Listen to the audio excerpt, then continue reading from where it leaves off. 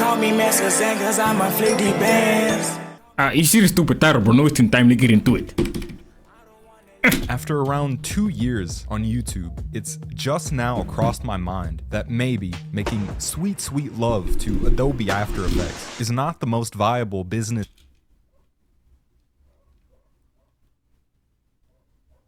Huh? What you mean? strategy. I say this because recently I've made a series of questionable financial decisions, and I think it's time that I take a different approach to content creation. Let me know how it goes. Sword of the Stranger is a 2007 movie about child sacrifice, opiate addiction, and most importantly, brotherly love. In the 14th century, the emperor Wait, whoa. Hold on. Wait, what? love. In child sacrifice, opiate addiction, and most importantly, brotherly love.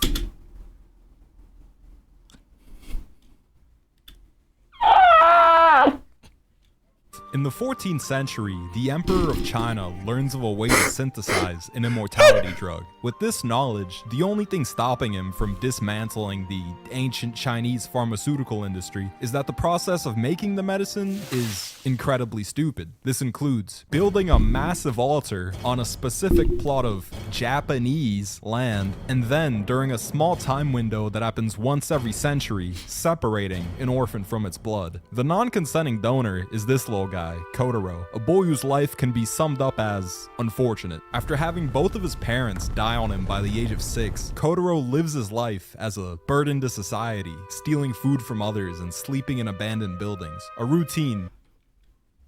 Because he said brotherly love and then he said sleeping, I saw a dog. I was like, oh, please don't say sleeping with a dog, bro.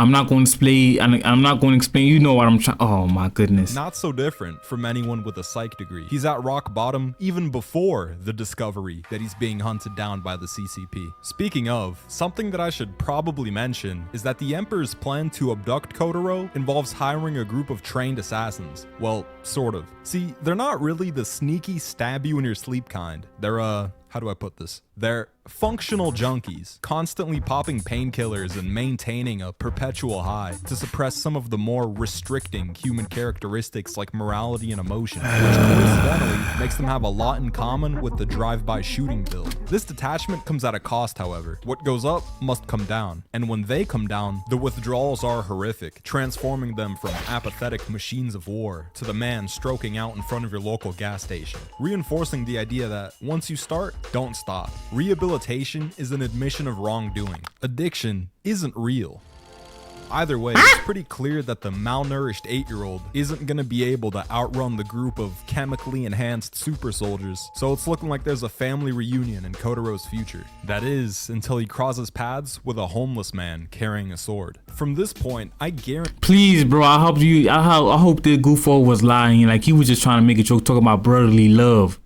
In other terms, that you can pretty accurately predict the rest of the movie. On the surface, Sword of the Stranger is a simple story full of common tropes that plays everything extremely safe. You've seen the dynamic of the main duo hundreds of times over. One of them is an emotionally reserved badass with a dark past, while the other is a helpless creature on the verge of accidentally killing itself. We're not breaking new ground here. However, this doesn't mean that the movie isn't worth watching. In fact, I see Sword of the Stranger as a rare lesson in self-awareness, the exact opposite of what's about to happen. This video was made in partnership with NordVPN. Yeah, get your money, bro, but I'm a skill. Everything has but code, but what it lacks in complexity, it more than makes up for with execution. And by that, I mean that it's overproduced as shit. Everything has movement. The backgrounds look alive, even with their realistic toned down colors. The music sounds like a Disney employee opened the wrong email attachment, and the action scenes are so unbelievably good that they're— Damn, you wanted the anime to, like, the movie to suck? I thought everybody wanted the, like, anime to have like a great animation. That's the whole point. Probably the only reason the movie's still remembered. None of this was the bare minimum, which is unfortunately also where Sword of the Stranger seemingly shot itself in the foot. See, there are rumors that this was supposed to be a series with multiple movies. This was made in 2009.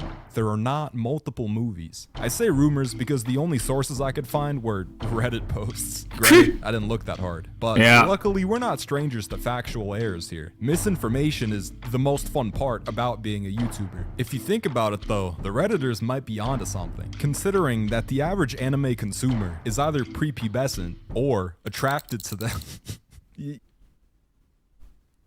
kind of have to wonder how a simple story with washed out colors and no female character to stare at was ever considered profitable. What I'm getting at is that That is so fucking sad too. I didn't even realize that shit, bro. Like every anime that's like tough, they gotta have like something like.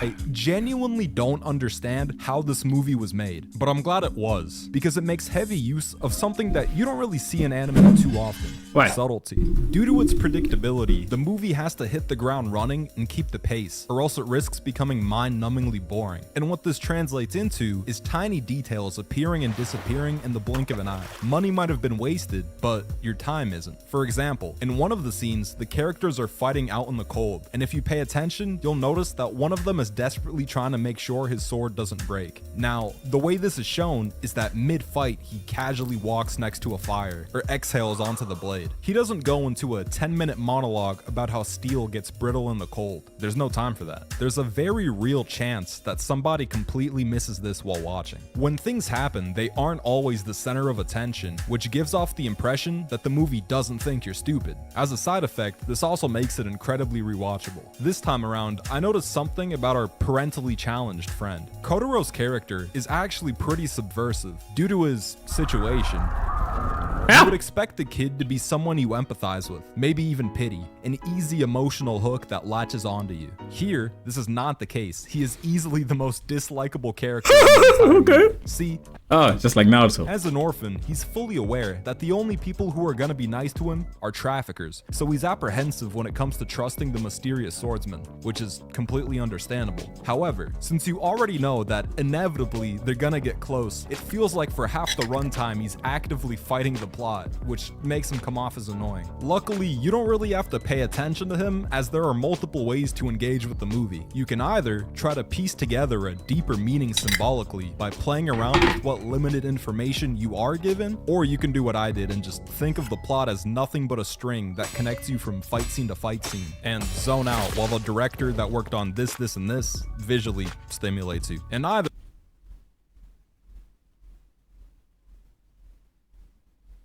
I don't want to be visually stimulated by a nigga, but obviously that the hintings, that other side of anime, is the majority it's made by niggas, so it's like.